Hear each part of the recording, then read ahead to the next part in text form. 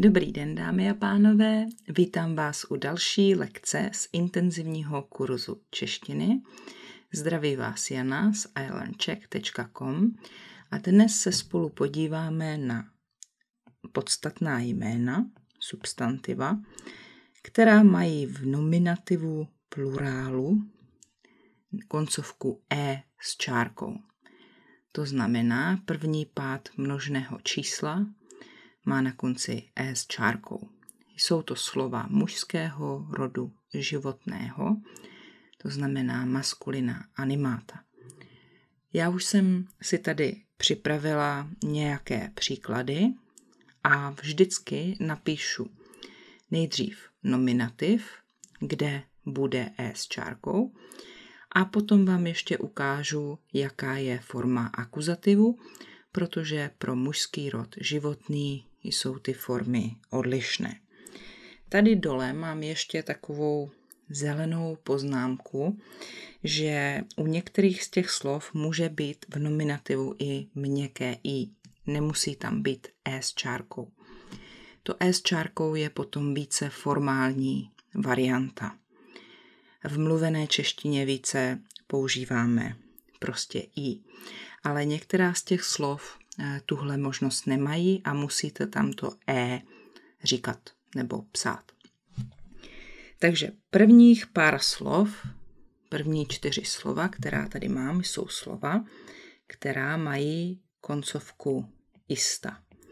Těch slov je docela hodně, může být volejbalista, basketbalista, ale také nějací muzikanti, jako pianista, houslista a tak dále.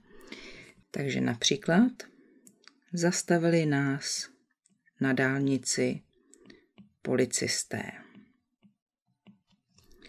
Nebo naši fotbalisté včera prohráli. Nebo naši hokejisté vyhráli zlatou medaili.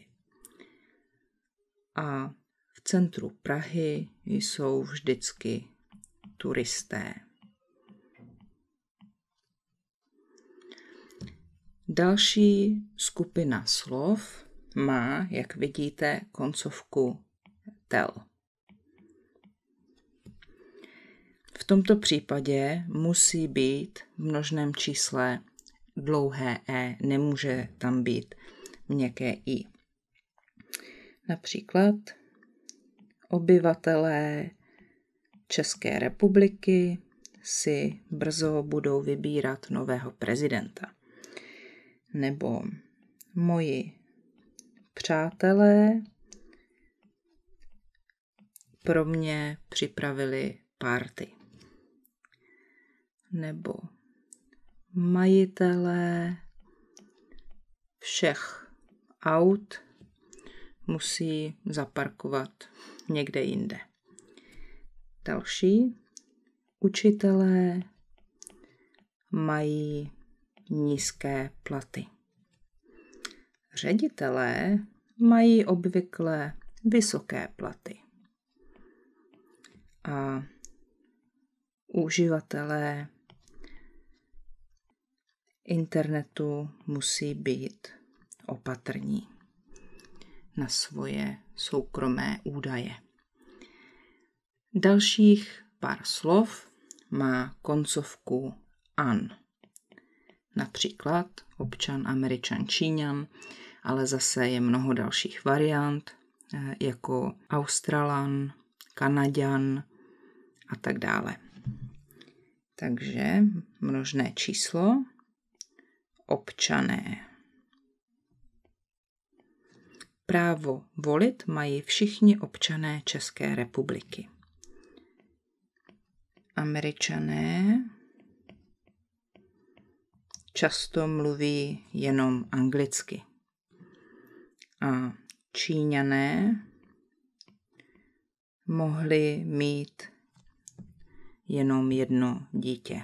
Nevím, jestli to je ještě pravda. A nakonec je tady taková směs slov která nemají žádnou společnou koncovku, ale je třeba si to u nich pamatovat. Takže napíšu pamatovat si to.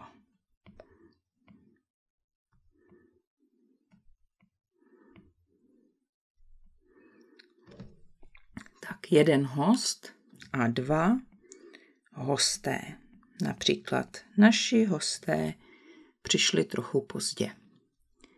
Manželé, když to řekneme v množném čísle, tak to slovo manželé znamená manželský pár, to znamená muž a žena. Kdybychom chtěli mluvit jenom o mužích, tak bychom mohli říct manželové. Takže například na návštěvu k nám přišli manželé Novákovi. Sousedé,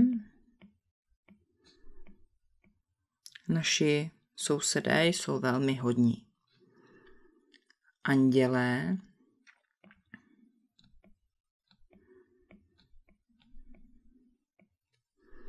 například andělé strážní hlídají lidi a pomáhají jim. Židé, v druhé světové válce byli Židé pronásledováni a vražděni. Další Španělé. Španělé jsou velmi temperamentní lidé. A demokraté, hlavní 2 politické strany v USA jsou demokraté a republikáni. Tady můžeme říct, že ta koncovka at přibírá e s čárkou. Stejně tak by mohlo být třeba aristokraté a tak dále.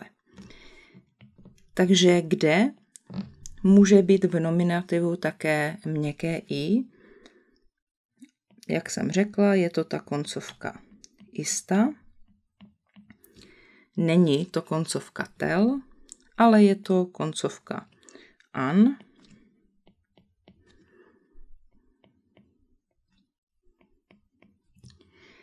A také to je možné v těchto případech. Hosti, manželé ne, sousedi, andělé ne, židi, Španělé taky ne a demokrati. Tam může být také měkké i. No a teď budu psát akuzativ, to znamená koho co. Například vidíš, ty a tak dále. Bude to buď y anebo e.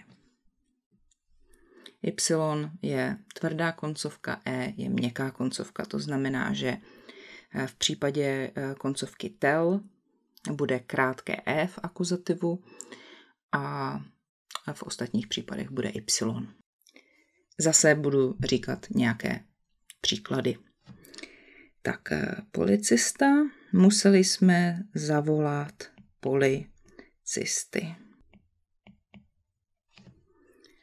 Podporujeme naše fotbalisty. Díváme se na naše hokejisty.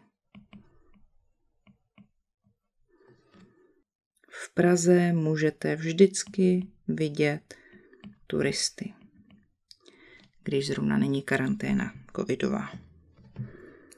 Tak, další. Vláda připravila pro obyvatele České republiky nový program. Pozvala jsem na oslavu své přátele. Na schůzi jsme pozvali všechny majitele bytu. Pro učitele školy připravili děti představení. Na konferenci jsme pozvali ředitele základních škol. Připravili jsme pro uživatele aplikace překvapení. Výhody jsou jenom pro občany České republiky. Znáš nějaké Američany?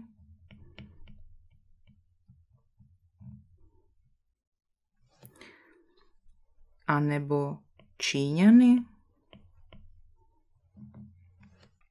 Připravili jsme pro hosty dobré jídlo. Pozvali jsme manžele Novákovi. Proč si stěžuješ na sousedy?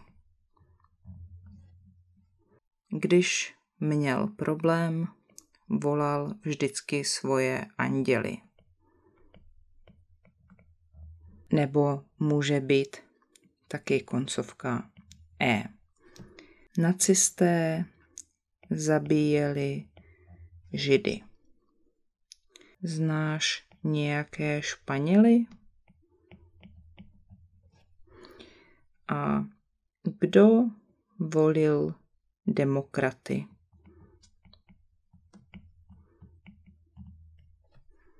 Tak to by dnes bylo všechno a příště se podíváme na maskulina animáta, která mají v nominativu plurálu koncovku OV. Jestli se vám moje videa líbí, můžete mě podpořit.